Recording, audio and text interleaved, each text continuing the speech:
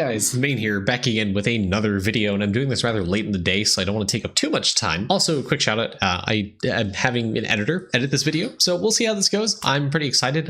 As you know, most of the main talks videos that I do are very sporadic, so I will see how well this editor and I can work together, especially given my very ADHD style of content, but I'm super excited. Thank you so much for your work, sir. Anyways, I wanted to go over quickly the new weekly update that we have today, or I guess yesterday, or the 2 days before. I don't know when you guys are watching this video or when this goes live, but talking on November 15 that's when this update is. And what this update is Zenith Statues. So Zenith Statues are an expansion to Onyx Statues. So if you guys aren't familiar, Onyx Statues are the World 4 mechanic you get. Basically, you just drop 20,000 statues of this guy. When you have the quest unlocked, you get like massive bonuses, right? And there's expansions that with sailing, with I don't know, Dragon Warrior statue. I don't know, just that. But Zenith Statues is a furtherance of statues themselves, where instead of dropping 20,000, you drop 1 million statues, and it has a similar functionality to Onyx Statues. So Onyx Statues give you double the statue effect. So instead of a statue giving you 100, like mining power, for example, to give you 200. And then that effect gets multiplied further by the sailing island. One of the Onyx lanterns you get via Jade Emporium will multiply that even further. And then obviously the next upgrade here is crystal statues. Oh, actually, hold on real quick. Onyx Statues also give you a 10% or 1.1 times deposit bonus whenever you get a statue at Onyx. That applies to all statues. So say you get one statue, it's 1.1 times statue deposit bonus. So if you deposit 10 statues, you get 11. And then you get another statue at Onyx that's 2 statues so it's 1.1 to the power of 2. I think it's how it works. So it's 1.21 times multi for your statue deposit. So if you deposit 10 statues, you now deposit 12. That's effectively how it works. And it kind of keeps going and going. And then eventually when you get all your statues to Onyx, that like really skyrockets and like explodes your deposit value. Similar effect here to finalized statues, apparently. Zenith Statues, they have a 25% deposit bonus. Instead of the 2 times bonus from Onyx, it's now a 3 times bonus. So effectively a 50% buff for Onyx statues, in addition to that additional deposit chance. That's what really makes this really powerful, because we can just blast through levels of statues. And the same deposit bonus applies to all statues. So if you get one statue at Crystal, that's 1.25 to the power of 1, then 1.25 to the power of 2, 3, 4. I think it's exponential. I actually don't remember. Don't quote me, but, you know, fact check me if I'm wrong, someone in the comments. I'm pretty sure Sheepy or someone else can probably talk about it. But yeah, so the goal now is to try to get a lot of your statues up to Crystal. Unfortunately, I didn't really have a lot of time during stream. I actually ended up pushing Arcane Cultist during the update, but I have a lot of back work to do in getting a lot of these statues to Crystal before I go and deposit the mass amount of statues I have in my inventory, because I want to capitalize on that deposit bonus. So that's effectively how you do it. If you are just starting out and trying to get your Zenith Statues, go to the Doodlefish map. There's this guy right here. You talk to him, he'll give you a quest, and similar to Onyx Statues, you need to bring back a power statues to him, and this time it's 1 million power statues. Basically, you just go over to World 1 at Board Beans, drop your DK crystal, which, by the way, has been hot fixed. So I highly recommend super talenting the DK orb, because it is massive. Basically, the hot fix for this is it makes the cooldown for the orb 10 seconds higher than the duration. So you can infinitely scale the duration of the orb. However, the cooldown does increase based off of your duration now. So it kind of sucks for when you have to go back and forth between maps. But I mean, DK, you typically just want to like click auto and just like forget it. So it's completely fine. You essentially just want to DK farm for a little bit on Board Beans. This is typically where you drop power statues, and the World 1 crystal mobs are a great way to get power statues. Okay, cool. There's that. Other thing to talk about for this is the way DK's orb interacts with crystals now is very, very significant. So I need to kind of showcase this, hopefully. But you see my orb here, okay? And this is gonna be a little bit hard to showcase, but my orb here is sitting at 145. If I kill a crystal mob, you'll see it goes up sometimes.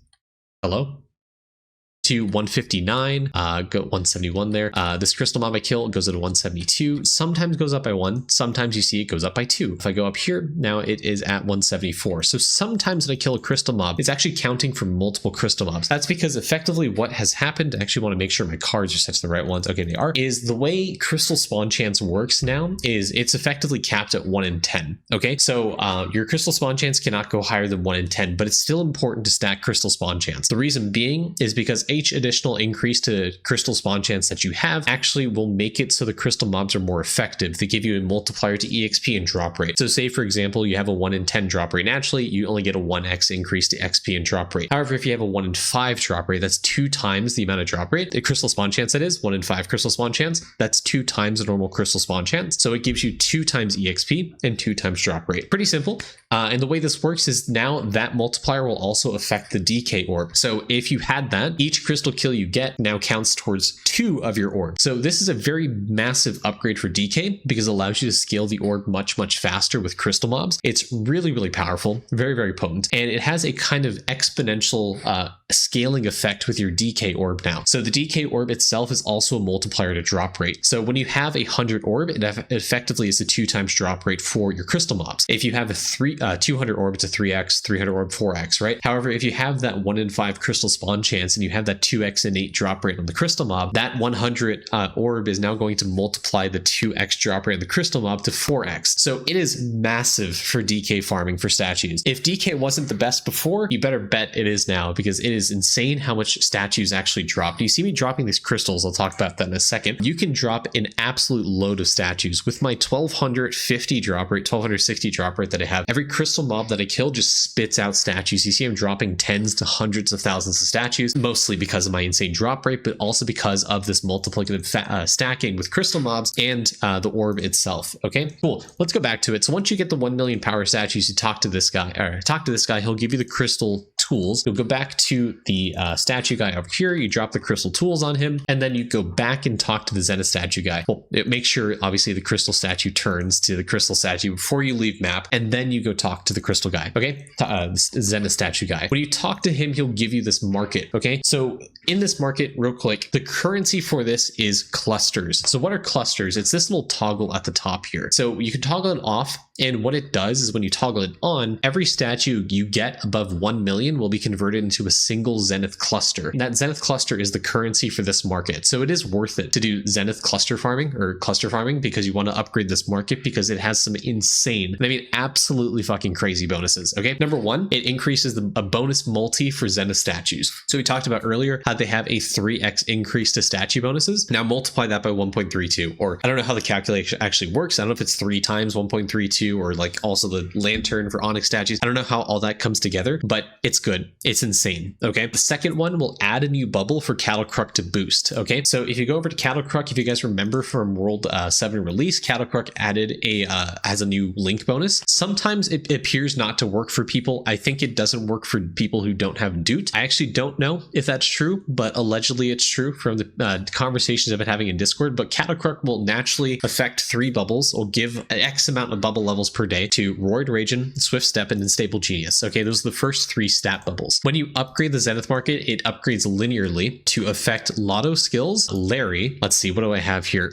Call Me Bob and Call Me Ash. So it'll distribute this amount of bubble levels to every single one of these bubbles. You can see how insane that's going to be. So that is absolutely amazing because it makes the more AFK free-to-play type experience so much better. And if you're wondering how I have 634, it's because I've hit No Stamp Left Behind on Crucker Stamp 3 times, which is insane RNG, by the way. I'm getting scolded for it in my streams because people are insane. I also have this bubble at almost level 1000. I got it to Atom range. I was able to get to 1000. Get a ton more bubble level percent per day. This is a percent, so that's really good. It's honestly something I'm considering Prisma-ing because I didn't know how powerful it'd be, and with this update, I'm more than convinced that it's going to be insanely powerful to Prisma. Cool. The next upgrade here is Lamp bonus. This is insanely powerful because every single lamp bonus you have that affects various parts of the game now have a multiplicative or increased effect. So that affects divinity points, sailing loot value, bit gains, shiny pet level up rate, lap EXP, cooking speed, infinite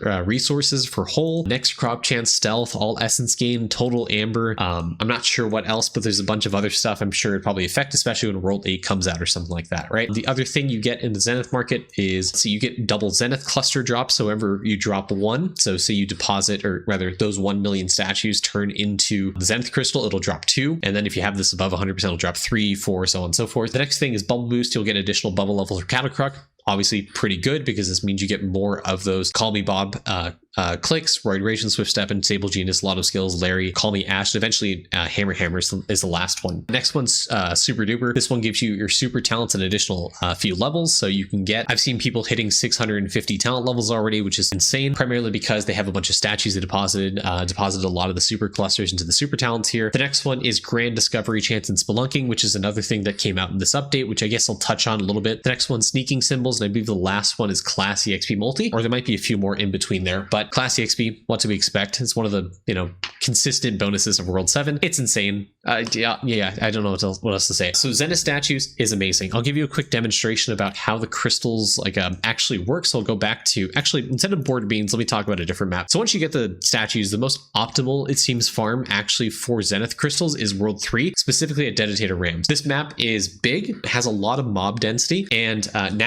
also crystals in the different worlds. I'll get into this in just a second, but I guess we'll touch upon it in World 3 specifically. The drop rate for these for crystal mobs have been expanded, so it adds more drops to them. So they drop a ton of statues, and World 3 happens to drop the most statues, or at least it seems. In terms of Zenith cluster farming, World 3 at Dedicated Ram seems to be the best map to do so because it's so dense and because the crystal mob there drops a lot of statues naturally. Let's see, outside of that, I guess big changes have been that skilling nodes no longer drop statues. They've been removed from the drop table, so you can still get gold food, but you can't get statues from them. The reason being is because those skilling nodes, mining statues, lumber bob, ocean man, and the catching trophy have been statue have been moved into the native mobs crystal, like the maps, the world's crystal mob. So mining statue, lumber bob, and bullseye actually have been moved over to crystal carrick. Bullseye was previously I think sticks, nuttos, and wood mushroom drop have been natively moved over to crystal mobs, so you can actually crystal farm it now, which is insane. And then over in World 2, this 1-in-1 drop tab has Ocean Man and Old Reliable now. So those are much more easily farmable. You get a ton more levels there. I'm going to get some cluster drops here. So you'll see my statues kind of go insane here. My Feasty statue is about to hit 1 million, and it just went down to 3 million, and it dropped these clusters. So that's kind of what it does. So that means if you have statues in your inventory, they will no longer overflow to 9.99 million. They instead hit 1 million and immediately drop a Zenith cluster. So insanely powerful. It still creates a little bit of lag because you're still dropping a ton of statues, and you're going to be dropping this cluster as well. But that's essentially how cluster farming work is. You need to have the million of these statues, and then they drop. Now, if you don't want to drop Zenith clusters, which is a thing you want to do, because if you want to get 1 million statues to get it Zenith, then obviously you don't want to drop the statues. So you want to turn off the node, and you can go back to farming as normal. Pretty much that simple. This doesn't work in World 1 town, I don't think. So you can't manually take 1 billion statues out of your inventory and it just gets completely destroyed. You're still able to put 1 million of the statues in your inventory, drop it at the statue man to get that at the crystal level, right? Cool. So we talked about the changes to crystal mobs, the drop table, specifically the skilling statues. You can no longer candy skilling nodes for those statues anymore. It's natively inside the crystal mob. So that means AFK at mining nodes or whatever is no longer a good idea, specifically for getting statues. It is best to do this on DK crystal farming. So the popular spots being World 1 board beans, World 2 sandy pots, World 3 dedicated rams, World 4 clammies, World 5 tremor worms if you have 3 statues at a time. If you don't, citringes is good, which I guess if you're at the point of crystal farming, it doesn't matter. You're going to be at tremor worms anyways, most likely. And then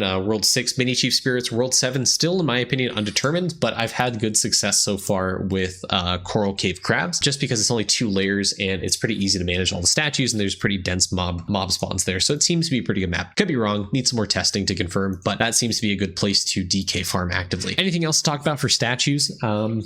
Not really that I can think of. So yeah, cluster farming is really good and insanely powerful. Obviously, it requires a really high amount of drop rate. It requires a lot of crystal spawn chance, because more crystal spawn chance means the drop rate's more affected to crystal mobs. So stacking more and more and more of it is very, very powerful indeed. Highly recommend it. So if you can level up your crystalline stamp, if you can exalt it, if you can level up crescent shrine, if you can get more shrine AFK gain, if you can get 6-star crystal spawn chance cards, highly recommend it, because it will more than pay dividends in the fact that you will be getting a lot of drops from those crystal mobs. So really, really good. Okay, I guess the last thing to kind of mention, I don't really want to talk too much about it, but the shop for Amber has been expanded. So in the last video, we kind of talked about Nova Blast as kind of the last thing in the shop, but now it's been expanded to Grand Discoveries, ways to scale Amber gain, Spelunking EXP, and power based off Grand Discoveries. It also adds more account level bonuses, so % more cattle cart bubbles. Insane, by the way. Whenever a 2x statue drop occurs, it drops an additional statue statue sometimes. Also insane. A masterclass multi. This is a big multiplier to masterclass resources. So if you can unlock this and upgrade it a ton, I highly recommend it because of how powerful it is. The last one also is drop rate. It's just generic drop rate. It's not a multiplicative. It just adds to it, which with all the multipliers we have to drop rate is actually in and of itself pretty insane. And then the last tab here is just red amber. This is the next tier of amber. So instead of blue amber or green amber, it now has a red amber. It's just a conversion. So you'll still have the same amount of amber. People have been saying in their spelunking they have been getting 0 red amber. That's because it's rounding down. You're still getting amber. It's just funny to see the tooltip say you're getting 0 amber for your run when that's not actually the case. Okay. And then the second one here, upgrade, just makes it so whenever you drop amber, it has a chance to just drop more.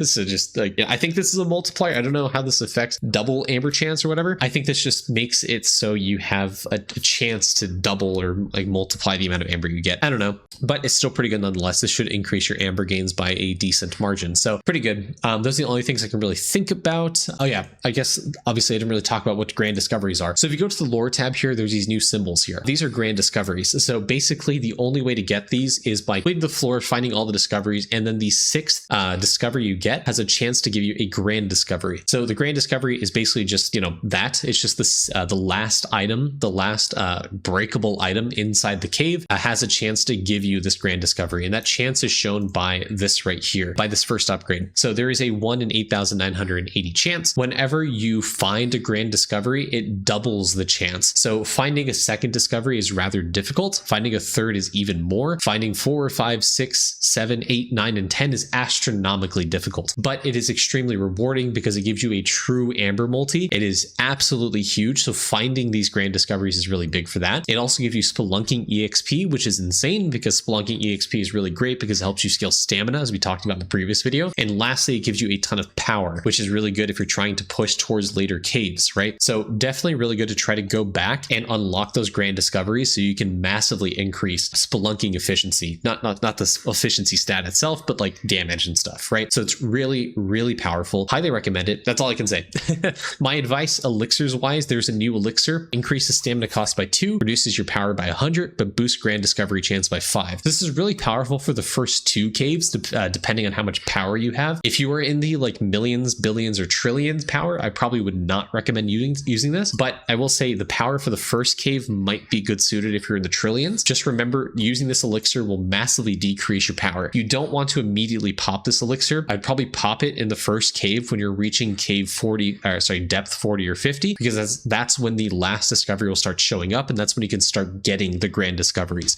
Do not pop it first, because if you pop it first, that means all of your characters now have a 2x stamina cost. There's a visual bug, it seems like, where the Warhammer naturally costs 7, but the tooltip will say it costs 21. Actually, no, it's not a visual bug, it's an actual bug. It says it costs 21. The potion itself says it only costs 2 times, so it should be costing 14. So it's actually costing 21 stamina, and then obviously using a stamina reduction potion will help you get further and further, because the further you get into the first cave, obviously depending how much power you have, you'll be able to find more of those last tier rocks to break to finally get that last discovery. So all that being said, the best potion usage would probably be something like this. So you have the stamina reduction, you have the stamina increase and the grand discovery increase, and then 3 of these shadow potions. That's my recommendation. There's some argument about this. I personally don't really care for it. If you have like 500, 600 plus stamina, doesn't really matter. I think the shadow strikes are really good because they'll help you like mass blast through the entire depth, which means you break more of those last tier discovery rocks, which means you have a chance of getting that grand discovery. So really important to do. Highly recommend it. This is the setup I did. I ended up getting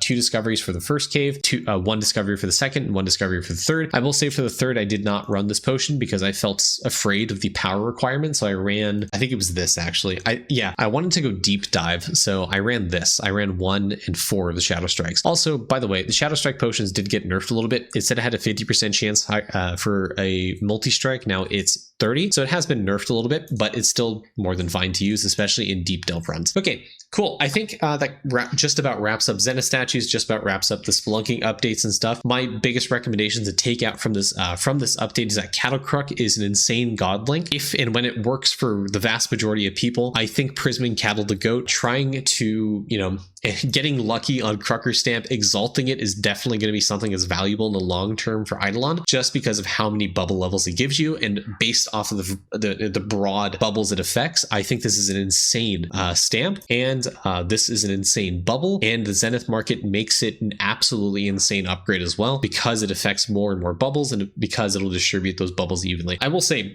just mathematically, I have, what is it, 7 bubbles that I have. 7 times 630. I'm getting 4,410 bubble levels a day from Catacruck. That's crazy.